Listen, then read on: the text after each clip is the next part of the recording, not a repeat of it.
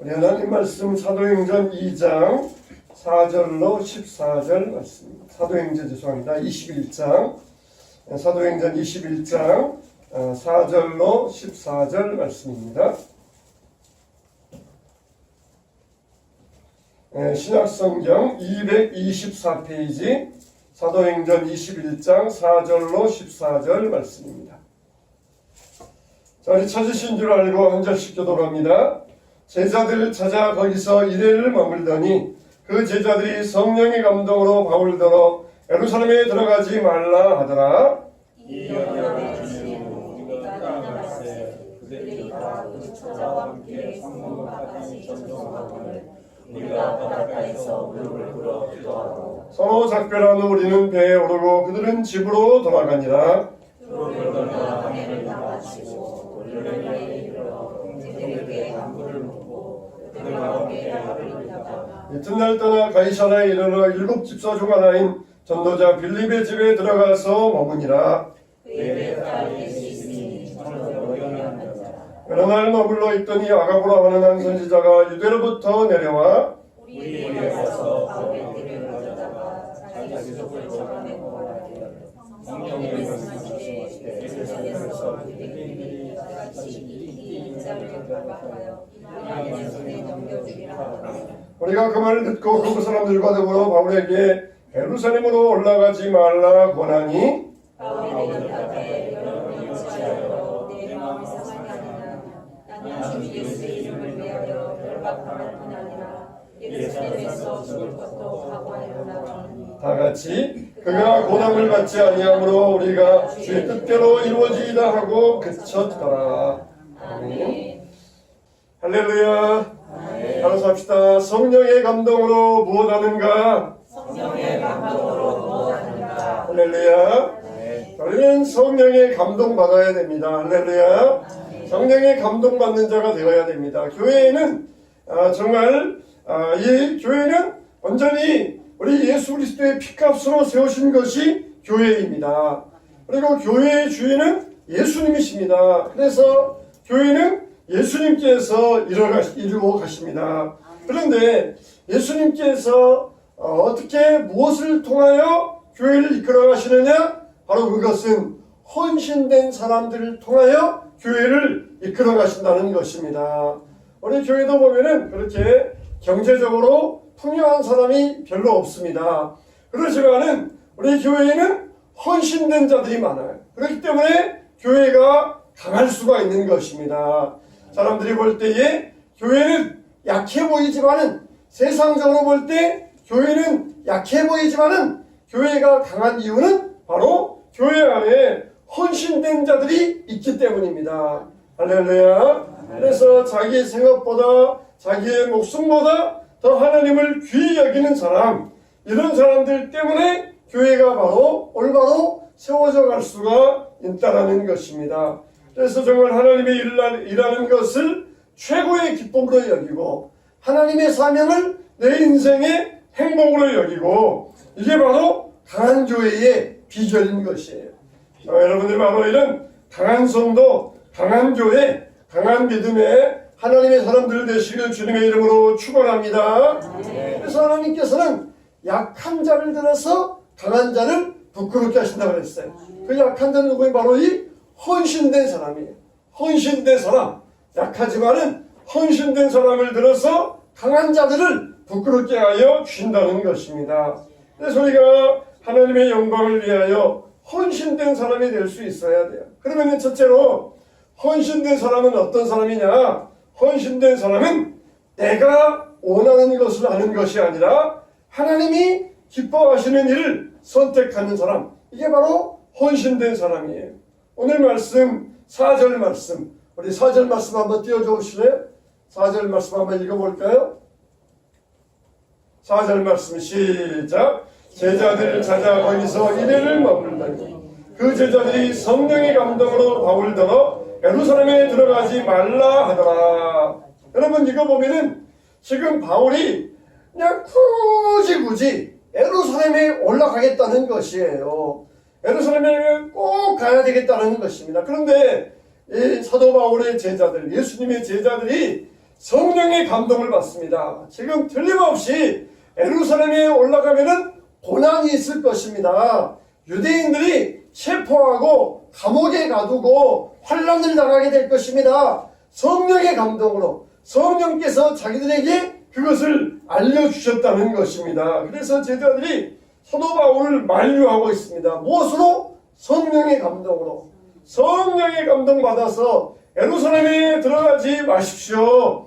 예루살렘을 들어가면 안 됩니다. 그렇게 만류하고 있어요. 그러면은 이 제자들이 성령의 감동을 받아가지고 사도 바울을 만류하잖아요. 그러면은 사도 바울이 그것을 어기고 예루살렘에 가면은 어떻게 하는 것입니까? 성령을 거역하는 것이 되는 것입니까?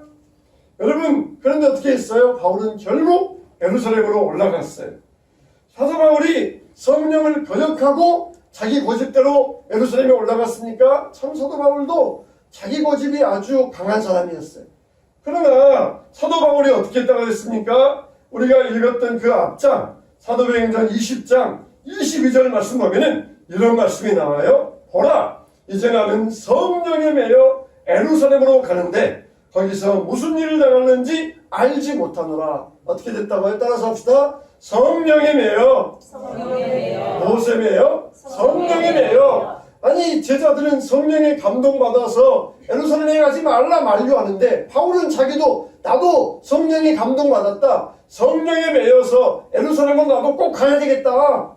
그러면은 한편 제자들은 성령에 감동받았다. 사도 바울은 내가 성령에 매여 있다. 둘이 그러는데 막 성령끼리 서로 싸웁니까? 그러면은 누구 말이 맞습니까? 결론적으로 볼 때는 둘 다 맞는 말이에요. 둘 다 맞는 말이에요. 제자들은 성령에 감동받아서 예루살렘에 고난이 있을 것이다. 거기까지 예언했어요.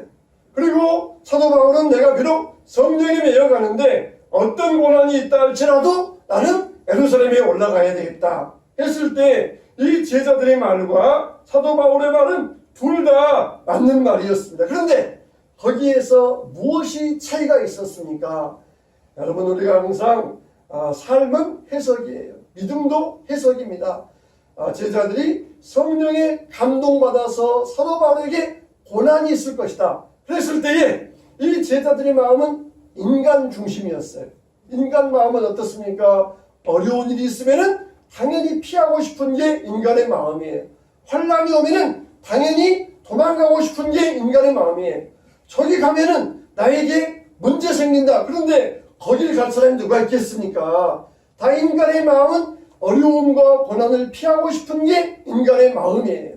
그래서 제자들은 인간 중심의 마음을 가지고 예루살렘에 올라가면은 고난이 있으니까 거기 가면 안 됩니다. 그렇게 만류했던 것이에요. 그러나 사도 바울은 나는 이미 죽을 것도 각오했다. 예루살렘에 올라가서 하나님 말씀을 전파하고 하나님 나라를 전하는 것이 이것은 하나님이 기뻐하는 일이다.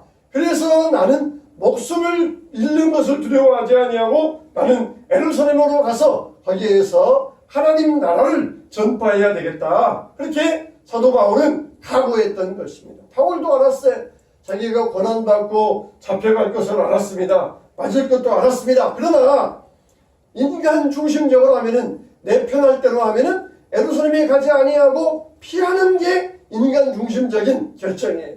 그러나 하나님 중심적으로 하나님께서 뭘 기뻐하시는가 했을 때에 비록 고난이 오고 매를 맞고 감옥에 갔고 심지어 죽는 일이 생긴다 할지라도 예루살렘에 올라가서 복음 전파하는 것, 이걸 하나님께서 기뻐하시기 때문에 사도 바울은 두려워하지 아니하고 예루살렘에 올라갈 수 있었던 것이에요. 여러분, 정말 우리에게는 주님의 일을 하다 보면은 안 좋은 일도 있고 힘든 일도 있고 어려운 일도 있을 수가 있어요. 그러나 헌신된 바울은 두려워하지 않았습니다. 헌신된 성도들은 고난을 피하는 것이 아니라 오히려 고난을 선택하는 자들이 바로 이 헌신된 성도들이에요. 손해보는 것을 도망하는 것이 아니라 오히려 손해를 감수하는 것, 이게 헌신된 성도들의 모습입니다. 정말 도저히 이해할 수 없는데 헌신된 성도들은 손해와 고난을 두려워하지 아니하고 달려들어가는 것, 이게 헌신된 성도들의 모습이에요. 그래서 정말 내 주인이 하나님이시다. 이걸 믿고 하나님이 원하시는 길을 선택하는 사람, 이게 바로 헌신된 성도들의 모습이에요. 우리가 헌금 드릴 때에 10의 1조를 드립니다. 여러분 당연히 상식적으로 생각해 보세요. 10개를 내가 다 쓰는 게 나에게 이익이겠습니까? 아니면은 10개 중에 9개만 쓰는 게 내게 이익이겠습니까? 어디 가서 10%라 하는 것은 이거는 굉장히 큰 것입니다. 부가가치세 10% 더 내라. 그러니까 카드 계산하지 아니하고 현찰 계산하잖아요. 어디 가서 10% 더한다 혹은 10% 할인해준다. 이거는 굉장한 큰 차이입니다. 그런데 우리가 우리 생활비 가운데서 10%를 10의 1조 드려야 된다. 이거는 우리에게 있어서 작은 게 아니에요. 우리가 이것을 드리는 목적이 무엇입니까? 도저히 인간적인 상식적인 생각으로 행동하면은 이건 나에게 손해이고 나에게 피해이지만은 우리 인간의 상식을 뛰어넘어서 믿음으로 하나님 앞에 드릴 때에 하나님은 그 헌신을 보시고 우리 삶을 부족한 것을 채워주실 줄 믿습니다. 아멘. 이게 우리의 헌신된 마음 아니겠습니까? 상식으로 생각해 보세요. 10% 내가 당연히 다 써야 내가 쓸만할 터인데 그걸 다 주님 앞에 드리는 그 상식을 뛰어넘은 믿음으로 행할 때 하나님께서는 우리를 더욱더 넉넉하게 하여 주신다는 것이에요. 넉넉하게 풍성하게 하여 주겠다는 것입니다. 요즘은 사람들은 참 상처 이야기를 굉장히 많이 해요. 특히 사람들 관계에서 상처받았다. 교회에 와서도 상처받았다. 상처되었다. 상처받았다. 이런 말들을 얼마나 많이 하는지 몰라요. 옛날 같으면은 아무것도 아닌데 요즘은 그냥 조그만 손톱보다 못하는 것 그걸 가지고 상처받았다는 말들을 많이 해요. 그래서 교회에서 헌신하고 봉사하다가도 상처받았다. 교회에서 특히 교사 일할 때 얼마나 참 힘듭니까? 애들에게 아무리 쏟아부어 주어도 애들에게 돌아오는 건 없어요. 교회 나올게요 약속했는데도 교회 나오지 아니하고 그럴 때 상처받은 교사들의 마음이 얼마나 많이 있는지 몰라요. 그럴 때 어떻습니까? 참 내가 더 이상 교사하기 어렵겠습니다. 그러면은 그래도 힘내세요. 그러면은 뭐라 그럽니까? 목사님 제가 기도 많이 했습니다. 그렇게 이야기를 해요. 기도 많이 했다는 거예요. 그런데 기도 많이 했다는 게 뭐예요? 다 자기 중심입니다. 자기 중심적으로 기도한 거예요. 정말 하나님이 뭘 기뻐하시는가? 하나님을 위하여 내가 어떻게 해야 될 것인가? 이게 아니라 자기 중심적으로 내가 상처받았으니까 그러면서 이 어려움을 내가 피할 수밖에 없습니다. 이렇게 우리가 자기 중심적인 기도가 되어서는 안 돼요. 우리가 상식적인 생각이 아니라 하나님 편에서 하나님을 위하여서 무엇을 하나님께서 기뻐하실 것인가? 이게 바로 헌신자의 삶이 되어야 될 것입니다.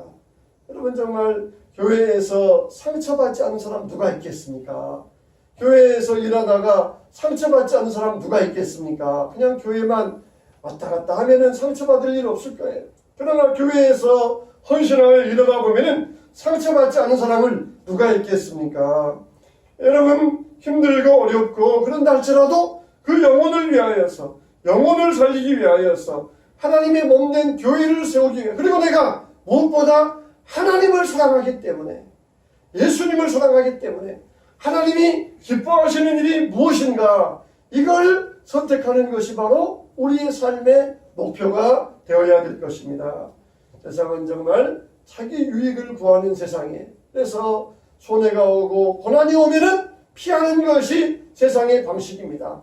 그러나 사도 바울은 예루살렘에 올라가면은 나에게 고난이 있다는 걸 내가 안다. 나도 모르는 게 아니다. 그러나 내가 성령에 매여 예루살렘에 가는 것은 이것을 하나님께서 기뻐하시고 그곳에 하나님의 복음을 들어야 될 많은 영혼들 때문이다 하면서 자기 인간 중심적인 고난을 피하는 길을 선택하지 아니하고 하나님이 기뻐하시는 일로 나아갈 수 있었던 것입니다. 오늘날의 많은 사람들이 어떻습니까? 바로 이런 삶의 길을 선택하면서 나아가는 그런 경우들이 얼마나 많이 있습니까? 성도로서의 강함과 능력을 가지려면 우리는 헌신을 가져야 됩니다. 교회가 강하려면 헌신해야 됩니다. 인간 중심적으로 상처받고 어려움 생기고 그럴 것 같으면은 내가 미리 알아서 피하겠다. 이런 인간 중심적인 자세가 아니라 그 일을 하나님이 기뻐하신다면은 그 일을 내 사랑 되시는 예수님께서 원한다 그러시면은 나는 어떠한 일을 감수하고라도 내가 그 일을 감당하겠습니다. 이게 바로 헌신된 자의 믿음의 자세가 아니겠습니까? 이게 바로 하나님께서 원하시는 믿음의 강자들의 모습이에요. 두 번째로, 자, 오늘 말씀 한번 12절로 14절 한번 띄워줘 보세요. 12절로 14절 말씀 한번 읽어보겠습니다. 자, 시작. 우리가 그 말을 듣고 그곳 사람들과 더불어 바울에게 예루살렘으로 올라가지 말라 권하니 바울이 대답하되 여러분이 어찌하여 울어 내 마음을 상하게 하느냐. 나는 주 예수의 이름을 위하여 결박당할 뿐 아니라 예루살렘에서 죽을 것도 각오하였노라 하니 그가 고난을 받지 아니하므로 우리가 주의 뜻대로 이루어지이다 하고 그쳤노라. 아멘. 제자들과 지금 사도 바울이 막 말다툼 막 논쟁을 벌입니다. 가지 마세요. 나는 가야 된다. 가면 안 됩니다. 그래도 나는 가야 된다. 그러면서 막 논쟁을 벌이면서 이 말을 해요. 여러분 참 교회는 뭡니까? 교회처럼 참 말이 많은 곳이 없어요. 왜 그렇습니까? 교회는 사람도 많을 뿐더러 또 같은 것을 보고 이 성령의 감동을 받기 때문에. 그런데 중요한 것은 뭡니까? 성령의 감동을 받았을 때에 어떻게 해석하느냐. 해석이 중요해요. 한 번은 성령께서 감동으로 빌립에게 광야로 가라 그렇게 말씀합니다. 광야로 가라. 하나님은 미리 알려주시는 것이 아니라 거기까지만 알려주세요. 광야요? 광야 어디요? 그냥 가라는 거예요. 그런데 마치 미사일을 빵 쐈는데 여기에서 또 대응 미사일 쏴가지고 공중에서 폭파시킵니다. 그냥 쐈는데 무조건 날아가는데 날아가가지고 만나게 하는 것. 지금 이게 빌립과 에디오피아 내시와의 만남이에요. 성령께서 두 사람의 길을 인도하셔가지고 광야에서 딱 만나게 하셔요. 어디로 가야 됩니까? 그냥 가라는 거예요. 그런 다음에 어떻게 합니까? 에디오피아 내시가 성전에 제사하러 왔다가 병거를 타고 가는데 거기에서 에디오피아 비스 나왔네. 그런데 뭐라 그럽니까? 병거로 가까이 가라 이렇게 말씀하셔요. 가까이 갑니다. 그럼 뭐 해야 돼요? 뭐 해야 되겠어요? 야 에디오피아 간다게 여왕의 내시, 그 당시로서는 재경부 장관, 이렇게 고위 공직자를 만났으니까 내가 딸이 넷이 있으니까 내가 딸의 혼처나 혹은 직장 좀 부탁해 봐야 되겠다. 얼마든지 그런 생각 있지 않겠습니까? 여러분 만일 갑자기 장관 만났다. 그러면은 장관 만나서 뭘 이야기하겠습니까? 대통령 만나서 무슨 이야기하겠습니까? 아유 우리 아들 직장 좀 소개 좀 해주세요. 우리 아들 공부 열심히 해서 대학 졸업했는데 집에서 놀고 있어요. 직장 좀 소개해 주세요. 그런 말을 하려고 만나고 싶지 않겠습니까? 지금 가라는 거예요. 근데 거기에서 어떻게 합니까? 성령께서 가라 그랬지 뭘 하라고는 이야기 안 하셨어요. 그런데 빌립이 뭐랍니까? 당연히 이 사람에게 복음을 전했던 것이에요. 이게 인간 중심적으로 내 딸들 4명이나 혼처 부탁하고 직장 부탁하고 인간 중심적인 선택이 아니라 하나님 중심적인 믿음의 선택, 믿음의 해석을 했던 거예요. 항상 뭘 하든지 우리에게는 해석이 중요합니다. 내가 정말 기도 많이 했습니다. 그래도 자기 인간 중심적으로 해석하면은 그건 다 헛된 것이에요. 내가 정말 기도할 때 내가 하나님 중심적으로, 하나님 기뻐하는 쪽으로, 하나님 원하는 쪽으로 그렇게 해석하고 결정할 때 그걸 하나님께서 정말 좋아하신다는 것입니다. 우리는 정말 말로 입으로 하는 것이 아니에요. 제자들은 정말 입으로 가지 마세요, 가지 마세요. 그렇지만은 사도 바울은 몸을 들였습니다. 자기의 몸을 가지고 내가 죽을 것도 각오하였노라. 그러면서 자기 몸을 가지고 하나님 앞에 나아가서 헌신하고자 했던 거예요. 정말 교회에는 말이 풍성해요. 또 아는 것도 많고 공부도 많이 하고 훈련도 많이 받아가지고 말이 풍성해요. 그러나 교회는 말로 하는 것이 아니라 몸으로 하는 것입니다. 몸으로 하는 것이에요. 어느 교회에서 제가 아는 목사님이 약간 찬송하고 싶어하는 그런 청년이 있었어요.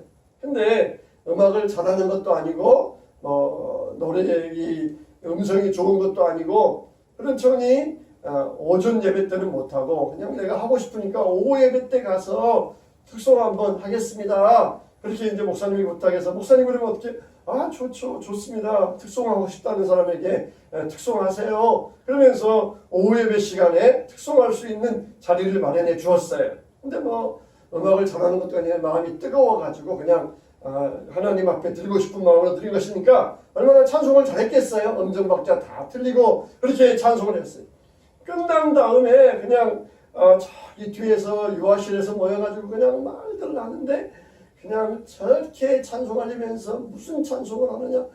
마치 그 청년이 바로 옆에 있는데도 그냥 그냥 그것도 안 보인 거예요. 이건 정말 이건 병입니다. 병.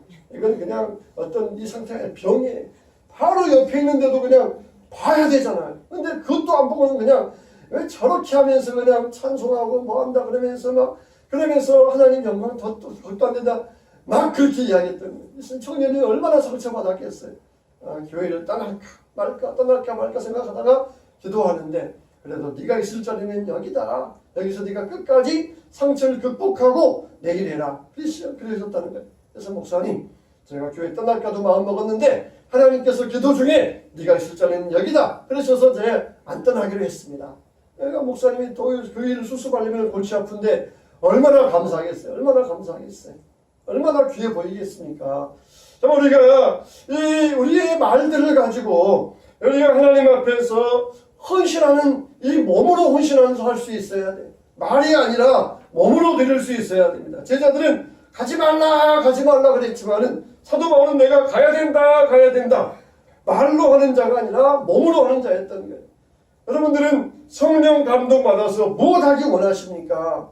인간 중심적으로 내 중심적으로 해석하면서 행동하는 것이 아니라 하나님이 기뻐하시는 일이 무엇일까? 하나님이 나에게 지금 원하시는 일이 무엇일까? 그걸 하는 것이 우리가 성령 감동받고 은혜 받기 위한 목적이 되어야 돼요. 정말 은혜 받으면 뚫려집니다. 은혜 받으면 풀려져요. 은혜 받으면 학생들은 머리도 명석해지고 머리도 맑아집니다. 그러면은 그렇게 되어가지고 뭘 하겠다는 것입니까? 인간 중심적으로 내가 은혜 받아서 공부도 잘하고 그리고 내가 세상에 나가서 출세하겠다. 그게 아니라 내가 은혜 받아서 명석해지면은 하나님 기뻐하시는 일 하겠습니다. 이게 해석이며 선택이며 결정인 것이에요. 똑같이 제자들도 성령 감동 받았고 바울도 성령 감동 받았어요. 그러나 제자들은 정말 그래도 사도 바울을 걱정해 주는 마음으로 올라가지 마세요. 가면 큰일 납니다. 만류했지만은 이 사도 바울은 하나님 중심편에서 하나님이 기뻐하는 쪽으로 나는 올라가야 된다. 성령에 매여서 올라가서 예루살렘에서 내가 할 일이 있다. 그러면서 복음을 전할 수 있었던 것이에요. 정말 헌신자가 많은 교회와 성도가 많은 교회는 무슨 차이가 있습니까? 말하는 사람이 많은가 행동하는 사람이 많은가 그걸 보면 알 수가 있어요. 여러분 교회에 와서도 일단 기도 먼저 하세요. 사람 오랜만에 만나니까 기쁘고 반갑기도 하지만은 그러나 교회 오면은 다 제쳐두고 기도 먼저 하세요. 교회 와서 일단 앉아서 10분 기도 먼저 하세요. 목사님 10분 동안 무슨 기도해? 사도신경 외우고 주리도문 외우고 그러면 10분 금방 지나갑니다. 그래서 그리고 예배 끝난 다음에 이야기하세요. 예배 끝난 다음에 쌓였던 이야기들 하세요. 예배 전에는 우리가 예배 분위기를 만들어 가야 돼요. 그래서 우리가 기도하고 그러면서 하나님 앞에 우리의 마음을 예배하는 심령으로 준비해 가야 됩니다. 그래서 우리가 교회를 정말 아름다운 교회로 만들 수 있어야 돼요. 카이를 아이들만의 팬인가 제자인가 그 책을 읽어보신 분도 계실 거예요. 팬인가 제자인가 나로 팬.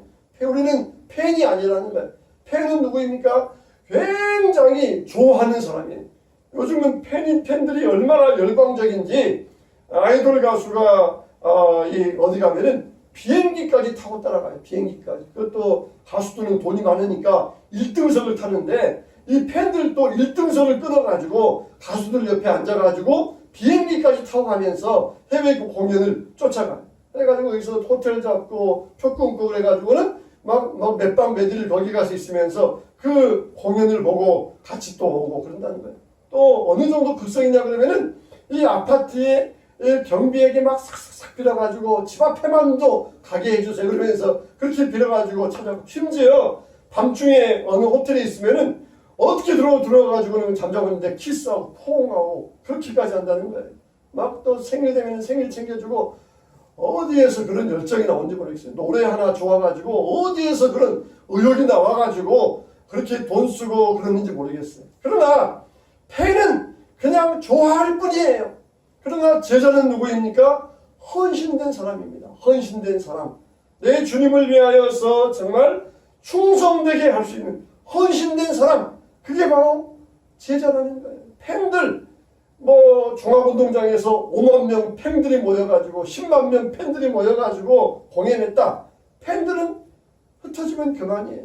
그러나 헌신된 자는 한 사람이라도 주님을 위하여 헌신된 삶을 산다. 그러면은 그게 교회를 바꿀 수가 있습니다. 그게 바로 세상을 바꿀 수가 있습니다.